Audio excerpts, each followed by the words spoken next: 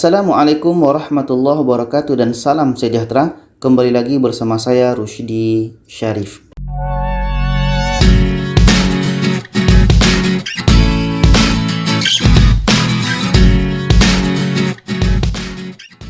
Baiklah sahabat dan penonton sekalian, apa kabar? Semoga kita selalu sehat ya, rezeki kita semakin dilancarkan, urusan kita semakin dimudahkan, amin ya Allah ya Rabbal Alamin.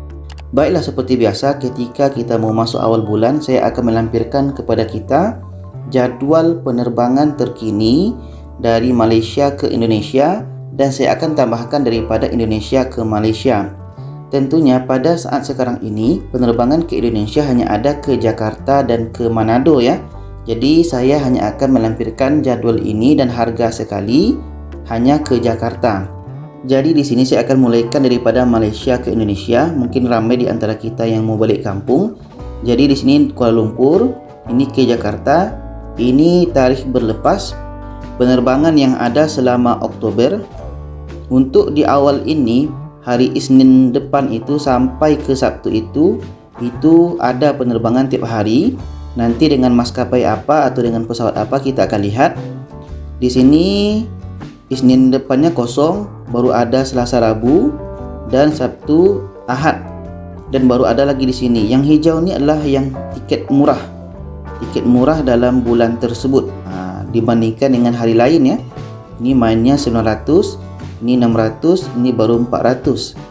Kalau kita lihat bulan November itu hanya ada pada beberapa hari, 4 November, 6, 9, 11, 17, 28, 30.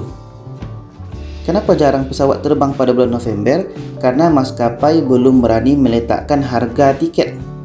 Karena maskapai belum berani meletakkan jadwal banyak lagi. Takut nanti ada peraturan baru, akhirnya tidak bisa terbang.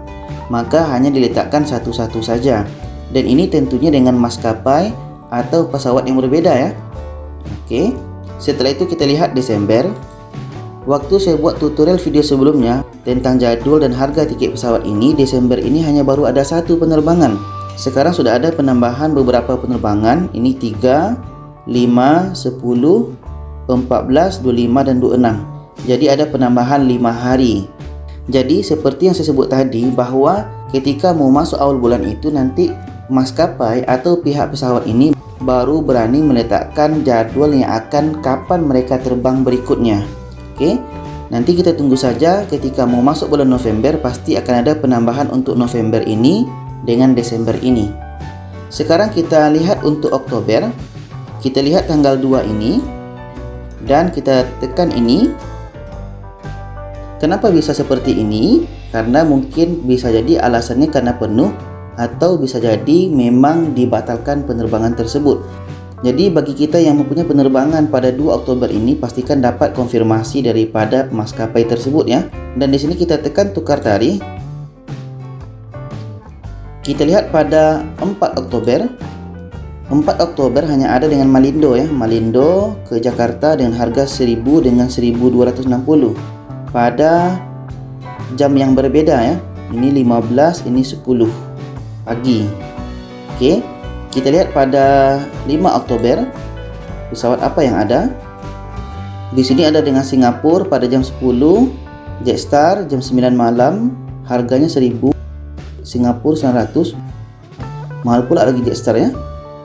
Di sini Malindo pun 1200, Singapura 1000, ini 2000, ini 2000. Dengan bagasinya ada 23, ini 30 Malindo. Ini 5 Oktober, 6 Oktober. 6 Oktober ada dengan Singapura, Jetstar dengan harga seperti ini. Bawahnya ada Malindo dengan harga seperti ini. Jetstar, Singapore Airlines. Oke, Singapura semua, Singapura. Oke, itu untuk 6 Oktober. 7 Oktober. 7 Oktober Singapore Airlines, Jetstar pun ada. Jetstar, Malindo. Selalu 3 maskapai ini ya, Singapura, Jetstar dengan Malindo. Setakat ini itu jarang itu ditunda-tunda ya, jarang di cancel. Kita lihat untuk 8 Oktober. 8 Oktober ini Singapore Airlines, Singapura, Singapura, Jetstar bawahnya. Ini ada Mas. Mas ada pada tarikh ini ya. Mas, Malindo, Singapura. Mas ada di sini bagi yang tanya 8 Oktober ya. Jadi pada yang ada penerbangan ini, rata-rata penerbangan ada tuh Jetstar, Singapura dengan Malindo ya. Kita cari yang murah-murah ini, contoh yang 19.400. Penerbangannya adalah di sini penerbangannya 19 Oktober Singapura. Ada Singapura, Jetstar, Singapura, Malindo. Oke. Kita kembali. Sekarang kita balikkan dari Jakarta ke Kuala Lumpur. Ini dari Jakarta ke Kuala Lumpur. Kita lihat Oktober, adakah penerbangan? Oke, ini penerbangan ke Kuala Lumpur ya. Tanggal 3, 4, 6, 8, 11 dengan harga seperti ini 400-an ringgitnya. Ini pun tanggal 21, 28, 29, 25. Itu untuk Oktober. Untuk November baru ada beberapa penerbangan yang diletakkan dengan harga yang paling murahnya 300. Sedangkan untuk Desember baru ada 2 hari yang diletakkan ya, 5 dengan 30. Jadi kalau kita lihat untuk Oktober, apakah pesawat yang terbang ke Malaysia? Di sini 6 Oktober ada Malindo, harganya 400-an, Jetstar, Malindo, Singapura. Ada ini pelbagai syarikat. Ada Singapura dan disambung dengan Scoot. Pelbagai syarikat. Ini pun ada pelbagai syarikat di sini. 9,000 ya. Ke Malaysia 9,000. Oke, kita ke atas. Kita tukar tarikh. Kita lihat 8 Oktober. Di sini 8 Oktober ada Malindo, Jetstar, ada Mas, Singapura, dan bawahnya ada pelbagai syarikat. Oke.